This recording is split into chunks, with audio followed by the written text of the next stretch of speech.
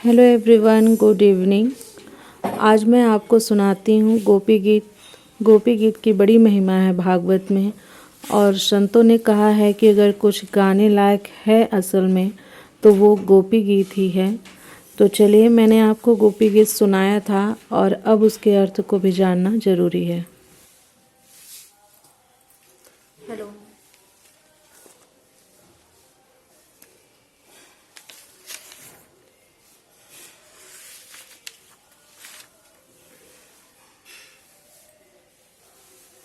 आज मैंने आप लोगों को गोपी गीत सुनाया था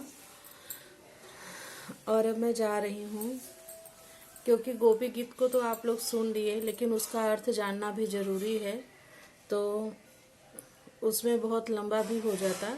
तो इस टाइम मैं चल रही हूँ आप लोगों को गोपी गीत का अर्थ बताने। मैं भी पढ़ती हूँ, साथ ही साथ आप लोग भी सुनिएगा।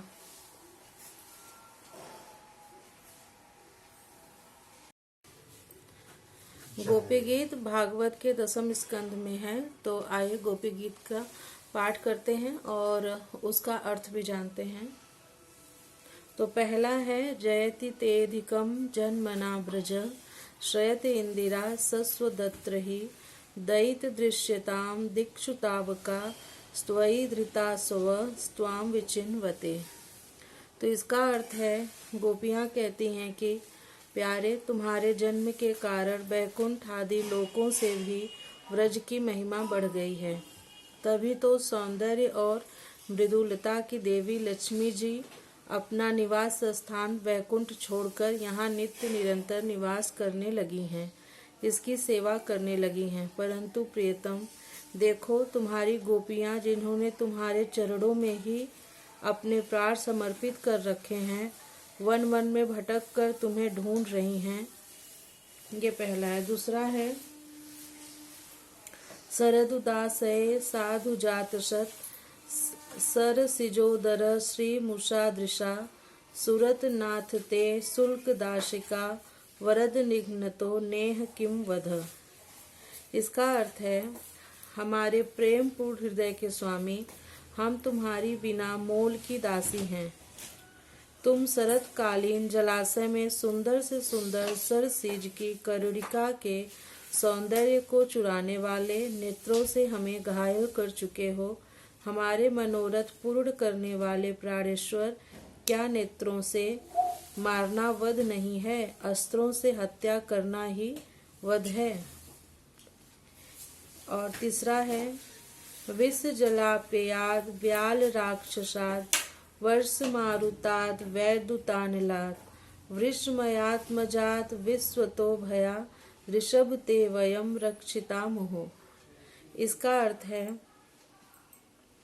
पुरुष शिरोमणि, यमुना जी के विषैले जल से होने वाली मृत्यु, अजगर के रूप में खाने वाले अघासुर, इंद्र की वर्षा, आंधी, बिजली, दावानल, वृषभासुर और व्योमासुर आदि से एवं भिन्न भिन्न अवसरों पर सब प्रकार के भयों से तुमने बार बार हम लोगों की रक्षा की है।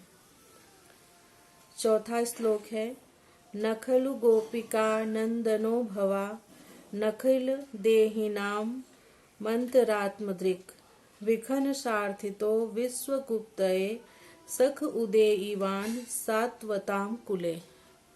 इसका अर्थ है, तुम केवल यशोदा नंदन ही नहीं हो, समस्त शरीरधारियों के हृदय में रहने वाले उनके साक्षी हो, अंतर्यामी हो। सखे, ब्रह्मा जी की प्रार्थना से विश्व की रक्षा करने के लिए तुम यदुवंश में अवतीर्ण हुए हो।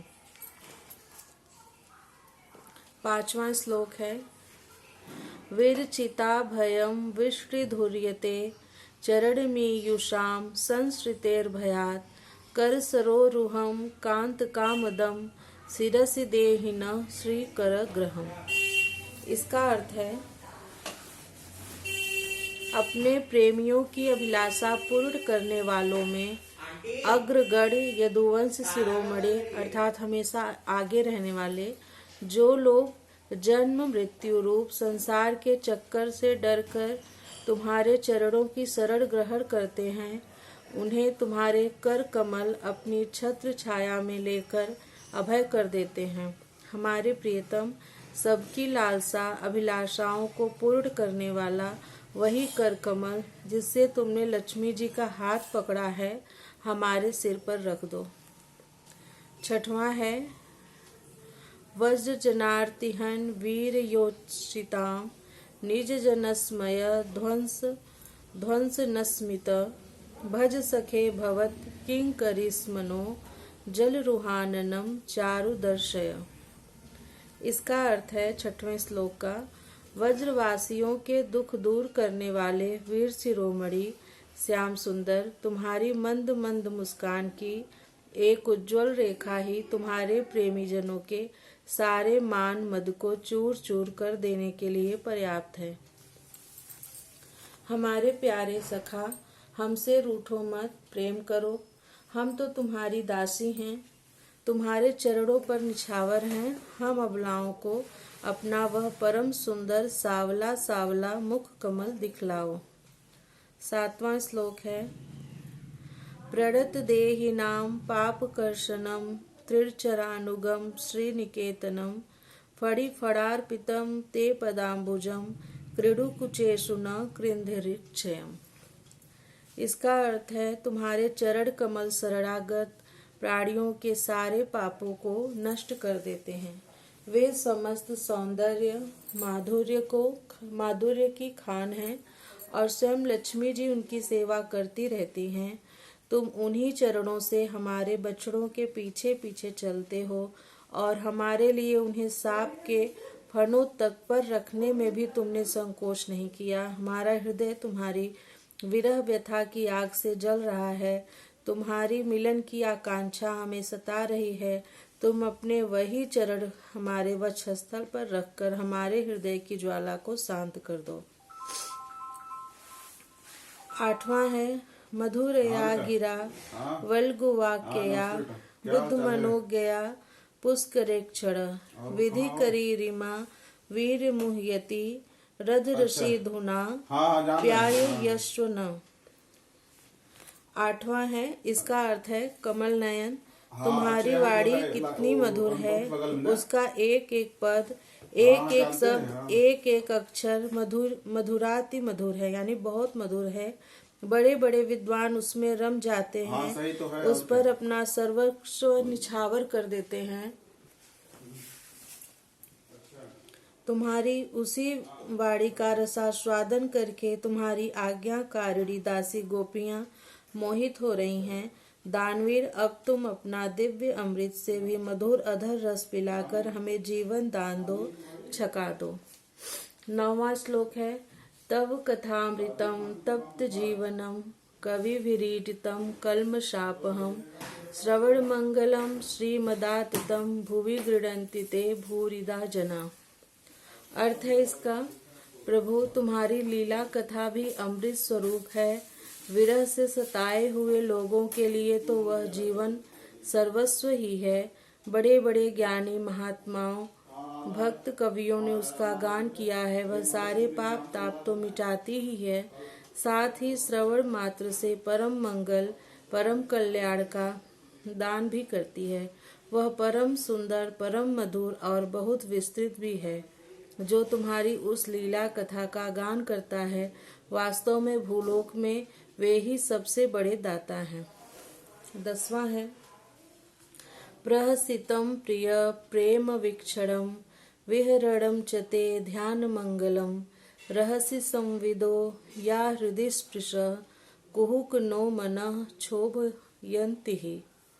इसका अर्थ है, प्यारे, एक दिन वह था जब तुम्हारी प्रेम भरी हंसी और चितवन तथा तुम्हारी तरह तरह की क्रीड़ाओं का ध्यान करके हम आनंद में मग्न हो जाया करती थीं। उनका ध्यान भी परम मंगलदायक है। उसके बाद तुम मिले, तुमने एकांत में हृदय स्पर्शी ठिठोलियां की, प्रेम की बातें कही, हमारे कपटी मित्र। अतः वे सब बातें याद आकर हमारे मन को क्षुब्ध किए देती हैं। 11वां है, चलसी यद व्रजा चारयन पशुन नलिन सुंदरम नाथ ते पदम शिलत्रीडांकुरे सीदतीतिनः कलिलताम मनः कांत गच्छति। इसका अर्थ है 11वें श्लोक का, हमारे प्यारे स्वामी तुम्हारे चरण कमल से भी सुकोमल और सुंदर हैं। जब तुम गौओं को चराने के लिए व्रज से निकलते हो तब यह सोच कर कि तुम्हारे वे युगल चरण कंकड़ तिनके और कुछ कांटे गड़ जाने से कष्ट पाते होंगे, हमारा मन बेचैन हो जाता है, हमें बड़ा दुख होता है। दिन ढलने पर जब तुम वन से घर लौटते हो तो हम देखती हैं कि तुम्हारे मुख कमल पर नीली नीली अलकें लटक रही हैं और गौओं के खुर से उड़ उड़ कर घनी धूल पड़ी हुई है। हमारे वीर प्रियतम, तुम अपना वह सौंदर्य हमें दिखा दिखा कर हमारे हृदय में मिलन की आकांक्षा प्रेम उत्पन्न करते हो। 12वां श्लोक है, दिन परीक्षये नील कुंतले वनरुहाननं विभ्रदावृतं घन रजस्वलं दर्शयन्मुहुः मनसि न स्मरं वीर यच्छसि। इसका अर्थ है, प्रियतम, एकमात्र तुम ही हमारे सारे दुखों को मिटाने वाले हो। तुम्हारे चरण कमल शरणागत भक्तों की समस्त अभिलाषाओं को पूर्ण करने वाले हैं। स्वयं लक्ष्मी जी उनकी सेवा करती हैं और पृथ्वी के तो वे भूषण ही हैं। आपत्ति के समय एकमात्र उन्हीं का चिंतन करना उचित है, जिससे सारी आपत्तियां कट जाती हैं। कुंज विहारी, तुम अपने वे परम कल्याण स्वरूप चरण कमल हमारे वक्ष स्थल पर रखकर हृदय की व्यथा शांत कर दो। 13वां श्लोक है, प्रणत कामदम पद्मजार्चितम धरणिमंडनम ध्येयमापदि चरण पंकजम संतमम चते रमण न स्तनेश्वर पयाधीहन। इसका अर्थ है, वीर शिरोमणि, तुम्हारा अधरामृत मिलन के सुख की आकांक्षा को बढ़ाने वाला है। वह विरह जन्य समस्त शोक संताप को नष्ट कर देता है। यह गाने वाली बांसुरी भली भांति उसे चूमती रहती है। जिन्होंने एक बार उसे पी लिया, उन लोगों को फिर दूसरों और दूसरों की आसक्तियों का स्मरण भी नहीं होता। हमारे वीर, अपना वही अधरामृत हमें वितरण करो, पिलाओ। प्यारे, दिन के समय जब तुम वन में विहार करने के लिए चले जाते हो तब तुम्हें देखे बिना हमारे लिए अपना वही अधरामृत हमें वितरण करो, पिलाओ। हाँ, ये हो गया 14 वाला। अब 15वां मैं पढ़ने जा रही हूँ। मैंने थोड़ा ज्यादा आगे पढ़ दिया था। तो 15वां है, अटति यद भवानी काननम त्रुटिर्युगायते त्वाम पश्यताम कुटिल कुंतलम श्रीमुखम चिते जड़ उदीक्षिताम पद्मकृत दृशाम। तो इसका अर्थ है, 15वें श्लोक का अर्थ है, प्यारे, दिन के समय जब तुम वन में विहार करने के लिए चले जाते हो तब तुम्हें देखे बिना हमारे लिए एक एक क्षण युग के समान हो जाता है। और जब तुम संध्या के समय लौटते हो तथा घुंघराली अलकों से युक्त तुम्हारा परम सुंदर मुखार बिंदु हम देखते हैं, उस समय पलकों का गिरना हमारे लिए भार हो जाता है और ऐसा जान पड़ता है कि इन नेत्रों की पलकों को बनाने वाला विधाता मूर्ख है। 16वां श्लोक है, पति सुतान वय भ्रातृ बांधवा नति विलंघय तेयंत अच्युतागता गति विदस्तोद गीत मोहिता कितव योषितः कस्य जैनिषि। इसका अर्थ है, 16वें श्लोक का अर्थ है, प्यारे श्याम सुंदर, हम अपने पति पुत्र भाई बंधु और कुल परिवार का त्याग कर उनकी इच्छा और आज्ञाओं का उल्लंघन करके तुम्हारे पास आई हैं। हम तुम्हारी एक एक चाल जानती हैं, संकेत समझती हैं और तुम्हारे मधुर गान की गति समझकर उसी से मोहित होकर यहाँ आई हैं। कपटी, इस प्रकार रात्रि के समय आई हुई युवतियों को तुम्हारे सिवा और कौन छोड़ सकता है। 17वां श्लोक है, रहसि संविदम वृक्षयोदयं प्रहसिताननं प्रेम वीक्षणं बृहदुरश्रियो वीक्षधामते मुहुरति स्पृहा मुह्यते मन।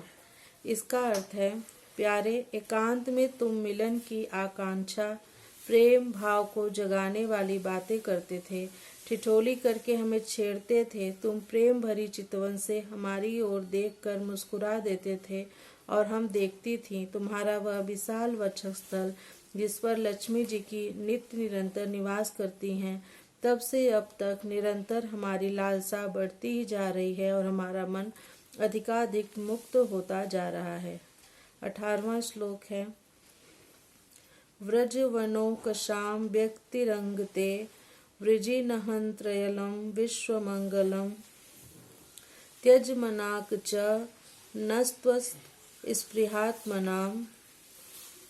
नस्त्वस्पृहात्मनां स्वजन हृदुजां यन्निषूदनम्।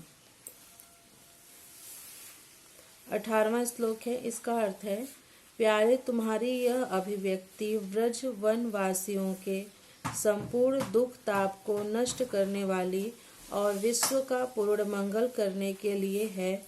हमारा हृदय तुम्हारे प्रति लालसा से भर रहा है। कुछ थोड़ी सी ऐसी औषधि दो जो तुम्हारे निज जनों के हृदय रोग को सर्वथा निर्मूल कर दे। 19वां है, यत्ते सुजात चरणाम्बुरूहं स्तनेषु भीतासनय प्रिय दधिमहि कर्कशेषु तेनाटवीमटसि तद्व्यथते न किंस्वित् कुर्पादिभिभ्रमति दीर्घवदायुषां न। तुम्हारे चरण कमल से भी सुकुमार हैं। उन्हें हम अपने कठोर स्तनों पर भी डरते डरते बहुत धीरे से रखती हैं कि कहीं उन्हें चोट न लग जाए। उन्हीं चरणों से तुम रात्रि के समय घोर जंगल में छिपे छिपे भटक रहे हो। क्या कंकड़ पत्थर आदि की चोट लगने से उनमें पीड़ा नहीं होती? हमें तो इसकी संभावना मात्र से ही चक्कर आ रहा है। हम अचेत होती जा रही हैं। श्री कृष्ण श्याम सुंदर प्राणनाथ, हमारा जीवन तुम्हारे लिए है। हम तुम्हारे लिए जी रही हैं। हम तुम्हारी हैं। इति श्रीमद्भागवते महापुराणे पारमहंस्यां संहितायां दशम स्कंधे पूर्वार्धे रासक्रीडायां गोपीगीतम नामैकत्रिंशो अध्यायः। तो यहाँ पे ये गोपी गीत समाप्त होता है। हरे नमः, हरे नमः, हरे नमः। ओम नमः पार्वती पतये हर